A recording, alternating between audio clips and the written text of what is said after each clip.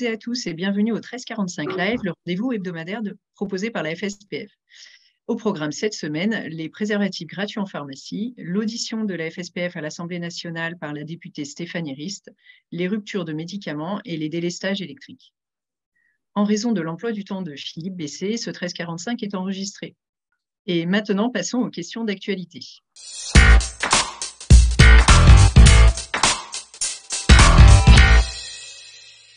Bonjour Philippe. Bonjour Lucie, bonjour à toutes et à tous. Emmanuel Macron a annoncé hier dans les médias que les préservatifs seraient gratuits en pharmacie pour les jeunes de 18 à 25 ans dès le 1er janvier. Était-on au courant de quelque chose et que fait-on? Alors, en fait, Emmanuel Macron est allé dans un conseil national de la refondation. Il est allé se confronter donc à des gens qui étaient dans ce conseil national et qui ont fait un débat. Et en réponse à une question, il a dit qu'effectivement, les préservatifs seraient gratuits en pharmacie à partir du 1er janvier. Donc, bien sûr, cette annonce a pris tout le monde de court. Bien sûr, c'est une excellente idée en santé publique que la gratuité de la protection pour la santé sexuelle des jeunes de 18 à 25 ans. Reste à ce que l'intendant suive. Et donc, maintenant, nous devons aller travailler avec l'assurance maladie et le ministère. Ce ne sera probablement pas le 1er janvier, comme vous comprenez bien, parce qu'il y a les fêtes de fin d'année, il y a un peu d'organisation à faire. Mais on va dire que prochainement, nous aurons donc des préservatifs gratuits pour les jeunes. On ne sait pas si gratuit veut dire prise en charge ou bien si gratuit veut dire que les préservatifs nous seront livrés. Mais ça, on va dire que c'est à nous de le négocier, de le clarifier dans les temps à venir. Ne vous inquiétez pas pour le 1er janvier, on vous le dira dès que les opérations seront véritablement prêtes. L'annonce est faite. Bon, on va dire que c'est une bonne nouvelle pour la santé publique et on va se réjouir de ça. Très bien, on ne s'inquiète pas. Tu as été auditionné par la députée Stéphanie Rist, rapporteure générale de la Commission des affaires sociales de l'Assemblée nationale au sujet d'un projet de loi sur l'accès aux soins. Quelle place entend-elle donner aux pharmaciens? Alors, dans sa proposition de loi, les métiers qui sont concernés, ce ne sont pas les pharmaciens, ce sont les infirmiers, les kinés, les orthophonistes, notamment avec des problématiques d'accès direct à ces professions paramédicales. Néanmoins, dans le cadre toujours de la suite de ce Conseil national de la refondation, c'était intéressant d'aller voir Stéphanie Rist pour lui dire quels étaient les axes que défendait la fédération dans l'amélioration du parcours patient. Et j'ai bien pris garde de préciser que ces axes, ils étaient à destination de l'amélioration pour les patients. Parce que s'agissant des pharmaciens, nous avions vraiment beaucoup de travail actuellement et que nous n'étions pas véritablement demandeurs de travail supplémentaire. J'ai d'ailleurs commencé mon entretien par dire la problématique que nous avions sur l'attractivité, sur l'attractivité de la filière, sur la problématique de la formation PASSLAS, etc. Donc, nous avons beaucoup discuté de cette première partie parce que si nous n'avons pas de monde pour travailler, nous n'arriverons pas à faire ces nouvelles missions. Néanmoins, je reviendrai très longuement sur ce que nous avons dit à Stéphanie Rist, mais nous avons parlé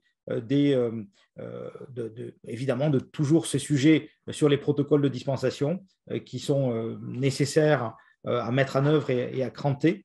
Mais je pense que ce ne sera pas dans la proposition de loi, ce sera un peu plus tard. En revanche, ce qu'il nous faut absolument dans la proposition de loi, c'est 2 mesures qui concernent les préparateurs en pharmacie, notamment le fait que les titulaires du DUST puissent délivrer les médicaments. C'est quand même dingue, mais ce n'est pas dans la loi, donc il faut que ça y soit.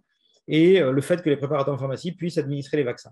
Donc, on va essayer de faire les choses, de mettre quelques éléments dans cette proposition de loi en accord avec le gouvernement, mais il y aura pas mal d'autres textes à venir dans l'année suite au Conseil national de la refondation. Donc, la PPL Rist, c'est important, mais ce n'est pas l'alpha et l'oméga de la réforme de la santé dans l'année 2023. D'accord, merci Philippe. Troisième sujet, les ruptures de médicaments, en particulier en paracétamol et en amoxicilline, provoquent de nombreux désagréments dans les officines. Peut-on espérer une amélioration de la situation prochainement? Pas vraiment, mais on va espérer quand même que le prochainement ne soit pas trop long. En fait, nous subissons une très forte augmentation de la demande. Il y a plus 40% de demandes sur ces produits pour enfants, hein, sur le paracétamol enfant, 40% par rapport à la même période de l'an dernier. C'est énorme, c'est gigantesque, et donc la production en fait, ne suit pas. Ce que nous a dit le fabricant et qui a écrit donc à toutes les pharmacies de France, c'est que toutes les commandes vont être honorées. Donc, il y a plus de 2 millions de boîtes qui vont arriver dans les officines qui en regard des commandes déjà passées. Et que, donc, à partir du début de cette semaine, l'ensemble des formes pédiatriques vont passer par les grossistes répartiteurs. Les grossistes répartiteurs sont en train d'être approvisionnés. Et donc, on va dire que la semaine prochaine, ils seront disponibles par PharmaML avec un contingentement qui permettra ce coup-ci à toutes les officines. C'est un sujet de répartition plus que d'un sujet de stock. Toutes les officines d'avoir au moins quelques boîtes pour les gardes, pour arriver à parer, on va dire, à l'urgence. Donc, une situation qui est extrêmement grave, hein, pour nous, avec de nombreuses pharmacies qui sont en rupture et d'autres pharmacies qui sont en tension, c'est-à-dire avec un stock très bas de ces produits. C'est un problème d'ailleurs pour nous, on n'arrive pas véritablement à objectiver le nombre de pharmacies en rupture et le nombre de pharmacies qui ont un stock bas. C'est un problème auquel la fédération va s'attacher à répondre dans les mois à venir, parce que moi, j'ai absolument besoin de savoir dans quel territoire, quel est l'état des stocks des officines sur l'ensemble de ces produits qui deviennent de plus en plus rares. Voilà. Donc, en réalité, pour répondre concrètement à la question, des mesures sont prises d'urgence. Elles vont permettre d'améliorer un peu la situation, mais la situation, elle ne va pas se rétablir réellement avant la fin de l'hiver. On va, chers confrères, avoir un hiver très compliqué, tant sur le paracétamol que sur l'amoxicilline, que sur la prednisone et prednisolone. D'accord. Un autre sujet inquiète les confrères, c'est le risque de coupure d'électricité. Peux-tu nous confirmer que rien n'est prévu pour épargner les pharmacies? La fédération a envoyé aujourd'hui une info précise sur l'ensemble du dispositif de délestage. Et vous avez dans cette info d'aujourd'hui un lien sur un open data fait par l'ARS de Normandie sous couvert de la Direction générale de la santé, qui vous donne produit par produit la conduite à tenir en cas d'excursion au-delà de 8 degrés dans les réfrigérateurs. Donc, vous avez tout ce que vous avez à savoir dans cette info que vous avez reçue ce matin. Je peux vous confirmer que je ne sais pas si les pharmacies seront exonérées du délestage ou pas. L'arbitrage n'est toujours pas pris au plus haut niveau de l'État. J'ai déjà eu l'occasion de vous le dire. Nous avons demandé dès le mois de septembre d'être exonérés de ces délestages. En fait, depuis le début, nous sommes dans la shortlist on va dire des professions qui doivent être exonérées, mais est-ce possible dans un quartier d'individualiser la pharmacie? Ce n'est pas sûr du tout. En réalité, je pense que non. Donc, vous avez entendu le président de la République, vous avez entendu Enedis qui se veulent rassurants sur le réseau, donc il n'y aura peut-être pas de délestage cette année. En tout cas, vous avez toutes les consignes. Je suis désolé de ne pouvoir être plus précis. J'aime bien la précision. Là, j'ai bien conscience de ne pas pouvoir vous dire oui, vous êtes exonéré ou non, vous n'êtes pas exonéré. Ce qu'on sait en tout cas, c'est la conduite à tenir. Vous l'avez aujourd'hui dans une consigne qui est le plus précise possible. Dès que j'aurai des nouvelles, ne vous inquiétez pas, je vous en donnerai. D'accord, merci. Je te propose maintenant de répondre à la question de Philippe Ferron, président du syndicat des pharmaciens d'Ille-et-Vilaine.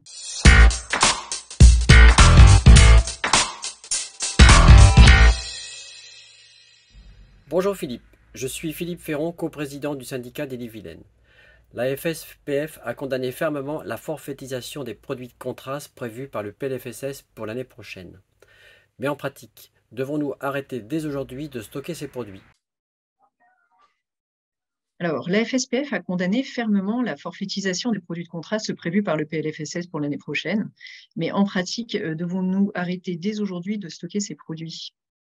Non, nous ne devons pas arrêter de stocker ces produits dès aujourd'hui. D'abord, même si ce texte législatif dans la LFSS nous a pris de court, puisqu'il a été déjà pris par 49.3 dans la dernière session d'examen du PLFSS, nous ne lâchons pas le combat. On est en train d'étudier les voies de recours auprès du Conseil constitutionnel pour voir si le fait que le texte ne soit pas passé devant les sénateurs est en fait conforme à la Constitution. On va voir. C'est la première fois que ça arrive depuis très très longtemps d'utiliser le 49.3 jusqu'au dernier moment en modifiant le texte au tout dernier moment. On va voir ça. Et en plus, de toute façon, si jamais le texte passe et que c'est la loi, eh bien, nous aurons à discuter, à négocier avec les pouvoirs publics sur l'écoulement des stocks que nous avons en officine. Le texte prévoit une application avant le 30 juin 2023. Nous avons des discussions à avoir. Nous ne sommes pas les seuls à ne pas être satisfaits de ce manque de discussion avec le gouvernement, puisque les radiologues hospitaliers ont découvert ça aussi au dernier moment et disent mais pourquoi, qu'est-ce que c'est que cette histoire, on était demandeurs de rien. Donc nous avons un vrai sujet et je pense qu'on va avoir des discussions assez tendues si jamais le texte passe réellement au JO. J'ai encore un dernier espoir avec le Conseil constitutionnel. Donc, pour résumer, pour l'instant, pas de changement et vous aurez le temps d'avoir des consignes dès que nous saurons plus sur le timing de cette mesure. OK. Passons maintenant aux questions des internautes.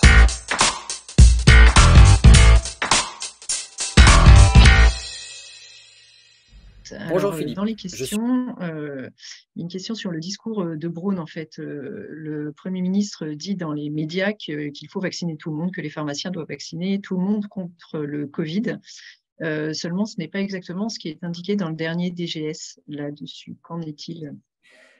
En effet, le discours du ministre de la Santé est particulièrement clair. D'ailleurs, il remet un peu la faute sur les pharmaciens, ce qui est un peu étrange parce que si à la lecture du DGS, ce n'est pas aussi clair que dans la parole du ministre. Donc, moi, j'invite le ministre de la Santé à nous faire un DGS aussi clair que sa parole et ce sera appliqué. Nous avons l'habitude en pharmacie d'appliquer à la lettre ce qu'on nous écrit. Mais ceci étant, la parole du ministre, c'est ce que je vous ai dit la semaine dernière.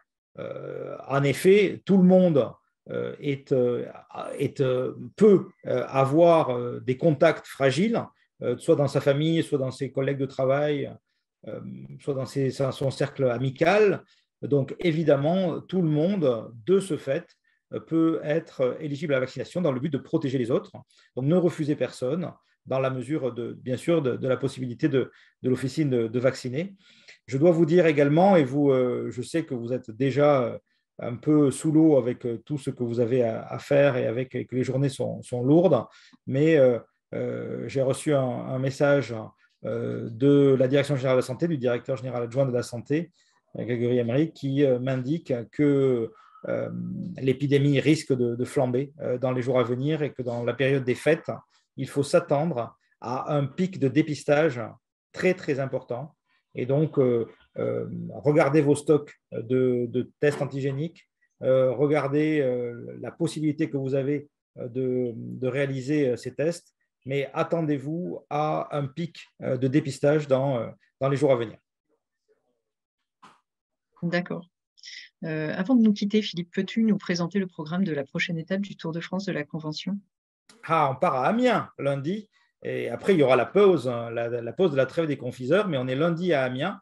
Et lundi, on va parler justement de ces nouveaux rôles du pharmacien dans la dispensation, de la dispensation protocolisée, de l'ensemble du pharmacien correspondant, de l'ensemble de ces rôles qui sont nouveaux autour de la délivrance du médicament.